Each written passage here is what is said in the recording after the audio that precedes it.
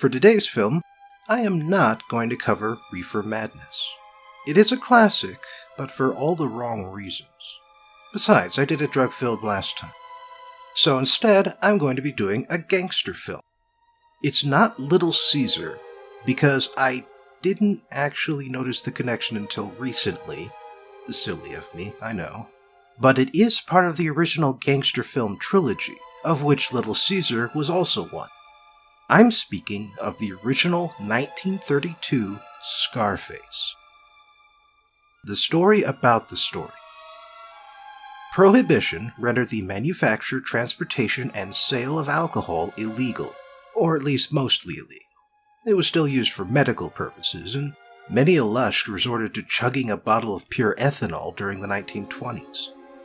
The intent of the constitutional amendment was to reduce crime and immorality by making it harder for people to indulge their alcoholism, but it actually led to a rapid increase in both. Turns out making a product illegal doesn't make demand for it go away, and demand for alcohol was so high that it made a lot of criminals immensely wealthy and gave them that much more power and influence over society. Major American cities became bloodbaths as gangs vied for power while the local cops either stood to one side or joined the gangs' payrolls. The Great Depression, which started a decade later, didn't help matters either. Suddenly, there were a lot of unemployed people running around, desperate for work, for money, for food, for any way to keep themselves and their families alive. We managed to avoid a famine even with the Dust Bowl raging thanks to massive public spending and farm subsidies, but the unemployment problem led a lot of desperate people to roam the countryside robbing stores and banks. And it led a lot of other people to commiserate more with the robber than with the lucky stiffs who have a steady job, and the financial institutions who were to blame for the whole mess in the first place. It's no wonder, then, that the first generation of talkie films, which came out in the early 30s, featured a lot of movies where the gangsters were the protagonists. That's not to say the gangsters were the heroes, or that they got to get away with their crimes. They do some pretty horrendous stuff, and even without the censorship boards interfering, it's a long-standing convention for evil people to get their just desserts before the story's end. But at the same time, the renegade cut a particularly sympathetic figure in the 1930s. Scarface has the distinction of being a Howard Hughes production, with Howard Hawks as the director. Aside from being a larger-than-life figure during the early days of aviation, Hughes was also a major figure in the film industry, starting long before he bought RKO in 1948. He produced independent movies, starting in 1928, including Hell's Angels and Scarface, which means we are once again looking at a United Artists production. Scarface ran into a couple of hurdles during its production. See, the protagonist, Tony Camonte, is loosely based on the life and times of Al Capone, Chicago's most famous gang boss and a man who still wielded significant power in 1932. The way the story goes, Capone sent a couple of his boys to talk to the film's lead screenwriter, Ben Hecht. But Hecht's old career was a journalist on the crime beat in Chicago, and he wound up talking the two men into acting as consultants for the movie instead. The incident may be apocryphal, but it's still one hell of a story. On the other hand, the other major snag got plenty of press. The New York Censorship Board, widely considered the most important of its time, objected to Scarface, particularly the ending, and so Hughes went back into production and recut the ending to make Camonte less sympathetic and to portray his trial and execution.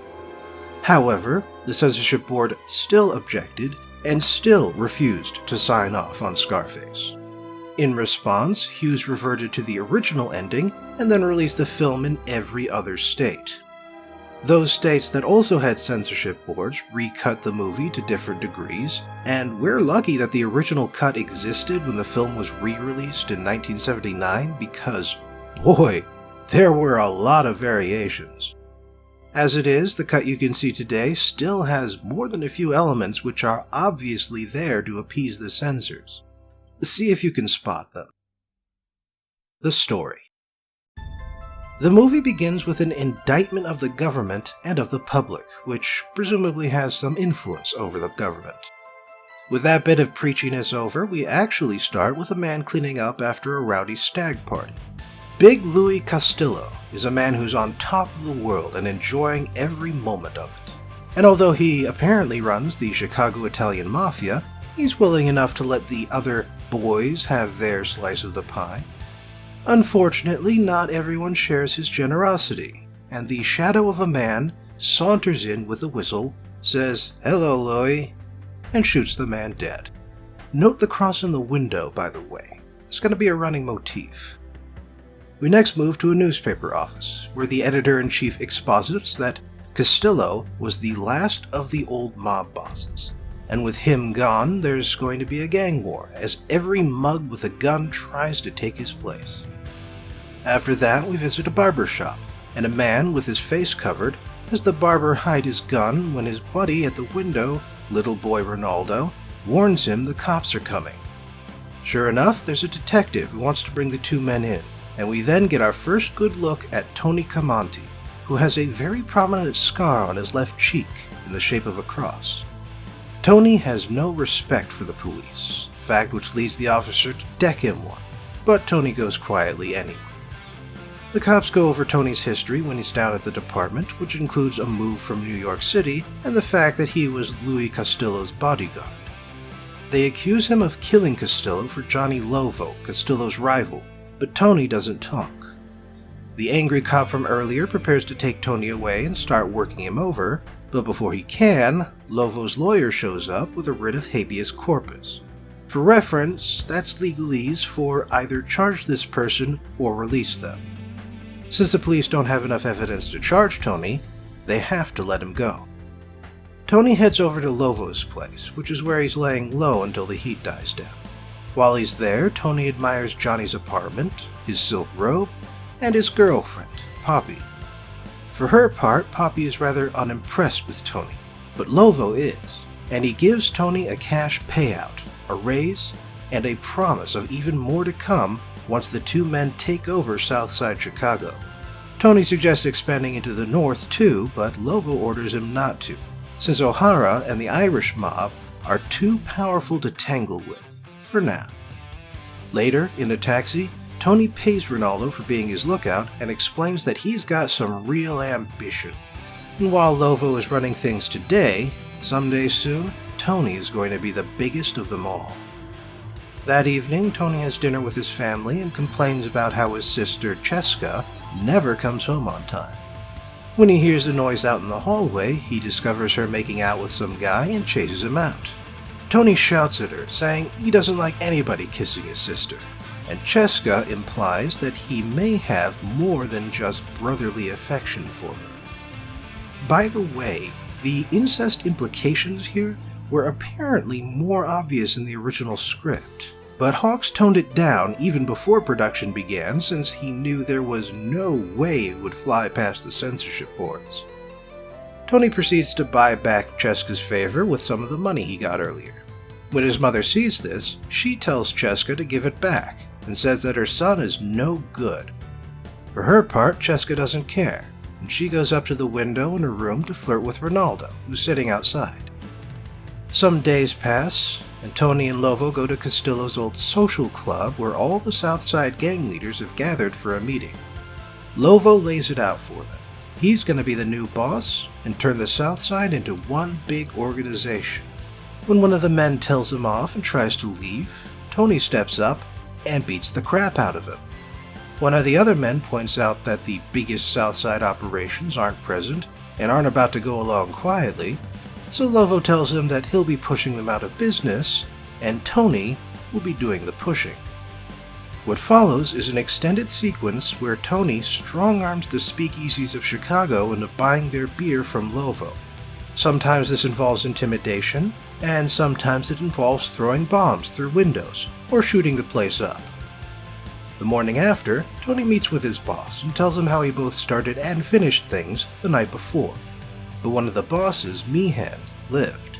So Tony goes to the hospital and kills Meehan there. Note the cross in the window again, by the way. Time passes, and Tony's got himself new suits, a new bulletproof car, a new place, and a lot of jewelry, which was considered effeminate at the time but is accurate to Al Capone's personal tastes. Tony is also trying to get Poppy's attention, and while she's more impressed with him now, she still dismisses it. Tony then goes to speak with Lovo, who's upset that Tony's moving into O'Hara's territory. Lovo gets ready to do some damage control, but as they leave the club, a car speeds by and dumps a body with the words "Keep out of the North Side" pinned to it. We then get a rather out-of-place vaudeville bit, where Camonte's new secretary, Angelo, is too incompetent to get the name of a guy on the phone. Poppy then stops by for a visit, and Camonte shows off the steel shutters on his windows, even as he obliquely brags about killing O'Hara and his flower shop. He also shows her the sign across the street that says, "The world is yours." He also talks about having the money for luxuries, like wearing a different shirt each day and sleeping on a spring mattress. As the police try and fail again to get something to stick to Camonte, we meet the new boss of the North Side, Gaffney, played by Boris Karloff. He's bought up dozens of Tommy guns, and as soon as he hears where Camonte will be eating lunch, he leads a long line of cars and shoots the place to hell. Angelo does another vaudeville bit while this is going on, and Camonte not only survives, he manages to get one of the submachine guns, and he talks about how he's going to get some more and change everything. When he gets back to the club, Lovo is furious. O'Hara's men came by there, too, and Lovo got clipped in the arm. He demands that Tony stop. Instead, Tony uses his new Tommy gun to go on a killing spree, shooting out Northside targets in a series of drive-by attacks. The police, meanwhile, can do little to stop the violence. Oh, and look, there's another cross. In fact, there are quite a few during this sequence. And for the St. Valentine's Day massacre, which actually happened and involved Capone's men dressing up like cops and mowing down 7 rivals all at once, well, there are 7 crosses on the screen. Gaffney was supposed to be there at the time of the massacre, but he was late and managed to avoid it. He goes into hiding, but that cross on the wall behind him doesn't bode well. The movie then interrupts itself right in the middle of the action to essentially justify its own existence. We're in this random newspaper guy's office where somebody objects to all the publicity gangsters are getting, and in response the guy yells at the camera for 4 minutes about how the only way to get rid of gangs is to make sure the public knows what they're doing. We now return you to your gangster movie already in progress. Camonte has found out that Gafferty is out bowling, and although he has to leave a play early to do it, he shoots Gafferty down. In this case, by the way, the cross is the one you get for bowling a strike. Flush with victory, Tony goes to see Lovo and Poppy at an upscale restaurant. Notably, both men offer Poppy a light for her cigarette, and she chooses Tony's. Meanwhile, Tony's sister is coming on strong to Ronaldo, who's too worried about Tony's reaction to accept her advances. With good reason, too, so she goes off with some random guy to dance, and Tony starts wailing on him. After he takes Cheska home, some goons in a car try to mow Tony down, but he ducks into his bulletproof car and begins an extended chase sequence. In the end, both cars go over a cliff, but Tony manages to survive and makes his way to the closed Italian restaurant. Tony makes a few calls and tracks down Ronaldo at one of his girlfriend's apartments, and together they come up with a plan. The restaurant's owner, Pietro, will call Lovo later that night pretending to be one of the men in the other car, and he'll say the car got smashed and Tony got away. Meanwhile, Tony and Ronaldo will be there to see how Lovo reacts. Sure enough, when Pietro calls, Lovo acts like it's a wrong number. When Tony starts whistling, Lovo knows the jig is up. Tony punches Lovo's name out of the glass, and Lovo starts begging for his life.